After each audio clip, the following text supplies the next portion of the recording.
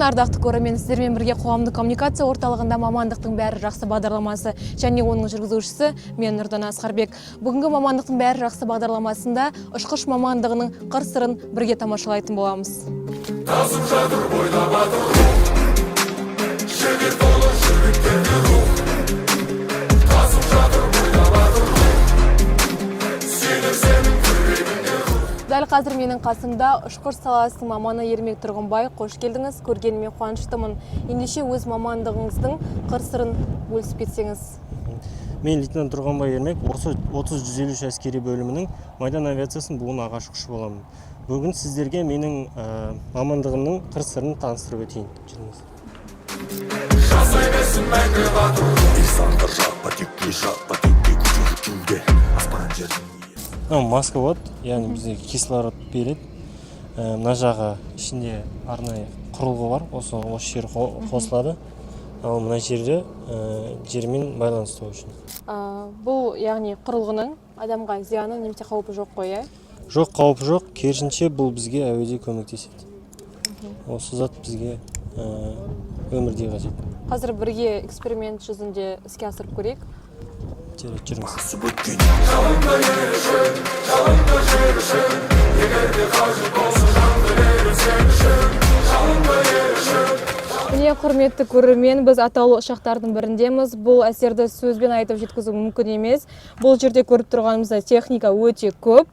Яғни бұл үлкен жауапкершілікті талап етілетін көрініп тұр. Осы тұрғыда Ермек мырза алып қосарыңыз болса, яғни бұл ұшақтың өзіндік атауы бар ма? Бұл бізде Су-27 ұшағы. Көп функциялы, көп мақсатты. Ермек мырза, жауабыңыз рахмет. Енді міне өзімде қазір жеке сұрақ туындап тұр. Жалпы ұшқыш саласына түсу үшін қандай мамандықты бітіру қажет, немесе нақты ол мамандықты оқу қажет па? Қыз балаларға бұл мамандықта мүмкіндік бар ма түсуге? Сіз қалай ойлайсыз? Мен өзім Ақтөбе қаласында әуе қорғаныс күштерінің әскери институтын тәмамдап шықтым. Сол жерде осы мамандықты 4 жыл бойы оқып тәмамдап шықтым. Ең басты керегі ұшқыш болу үшін ол денсаулық. Оған қоса білім мен табандылық керек. Қыздар туралы қазіргі таңда Қазақстанда біздің әскери институтта қыздар қазірше оқытылмайды.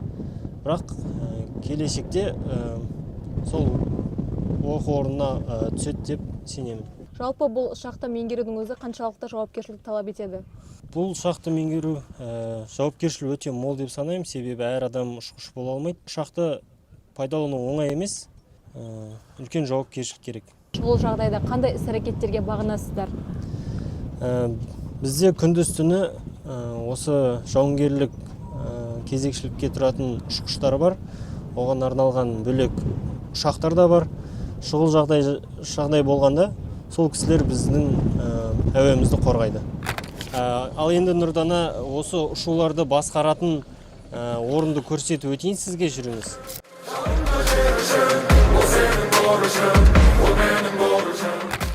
Осы аталған пункт топтық диспетчерлік басқарма бекеті деп аталады. Осы жерде тікұшақ ұшырып қону сынды бақылау жүргізуге болады. Аталған ұшақтарды бақылау осы жерде басқаратын қызметкердің рұқсатымен ғана жүзеге асады. Ал қиын жағдайға түскен, яғни авиация техникалық тұрғыдан бас тартқан жағдайда осы топтық пунктке баяндайды. Бұл байланысқа радио арқылы түсіп 360 градусқа қай ұшақтың қай жерде жүргенін анықтауға мүмкіндік береді. Содан кейін ғана басқарушы маман ұшқышқа бағыт-бағдар беру арқылы әуедегі мәселелер шешіледі. Кезекті біздің тік ұшағымыздың ұшқышы Кәрімбаев Әмірхан. Қош көрдік. Қош келдіңіз. Мен авиациялық эскадрильяның авиациялық буын ұшқышы болам. Алдарыңызда Ми-35 тік ұшағы. Бұл тік ұшақ кенеттен пайда болған тапсырмаларды орындауға арналған.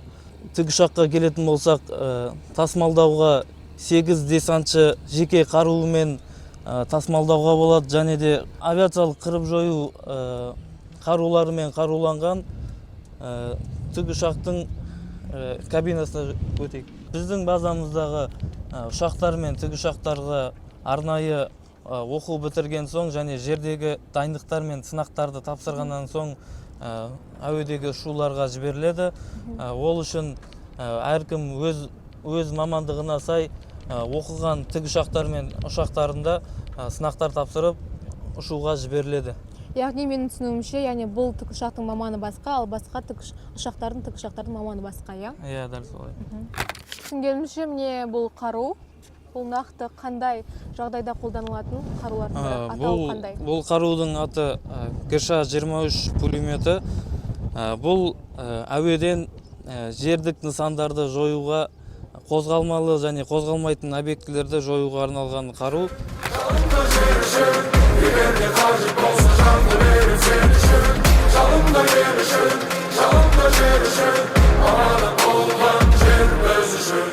Бұл кабина ұшқыш оператордың жұмыс орны.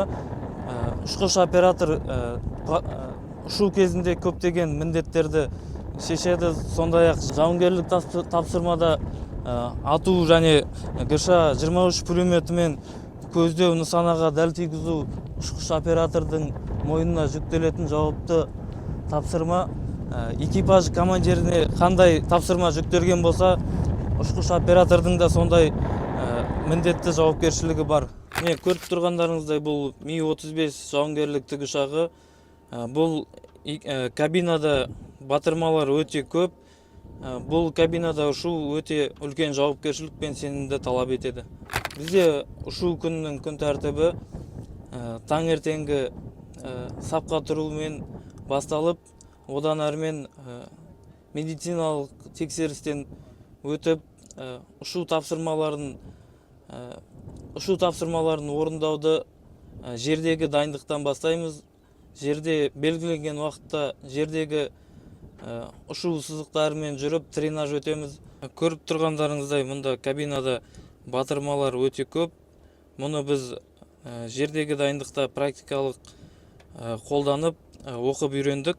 Соның біріне келетін болсақ, РС батырмасы жердегі объектілерді жою үшін ракета атуға арналған батырма болып табылады. Ендеше ГШ-23 пулеметін сіздерге көрсетейін. ГШ-23 пулеметі бұл қарумен кабинада ұшқыш оператор қолданады. Ұшқыш оператордың тапсырмасы ұшу кезінде көптеген тапсырмаларды шешеді.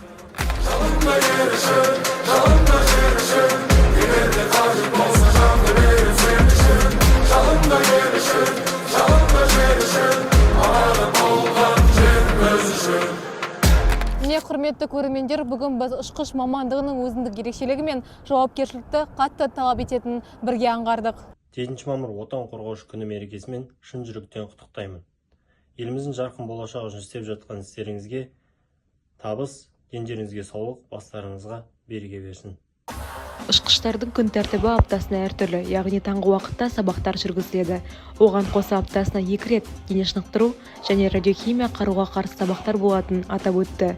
Еліміз өркендеп келеді. Оны сан саладағы жетістіктерге қарап аңғару қиын емес. Әуе компаниялары халықаралық талаптарды барынша сақтап отыр. Ендеше құрметті көрермендер және болашақ ұшқыш саласының майталмандары. Мамандықтың жаманы жоқ, бірақ оның кез келгені икемділік қажет. Бұл үлкен өнерді, зор шеберлікті қажет ететін нәрсе. Сол себепті жүрекпен қоса саналы түрде мамандық таңдаған жөндей отырып шығарылымымызды аяқтаймыз. Келесі кезекті бағдарламада жолыққанша.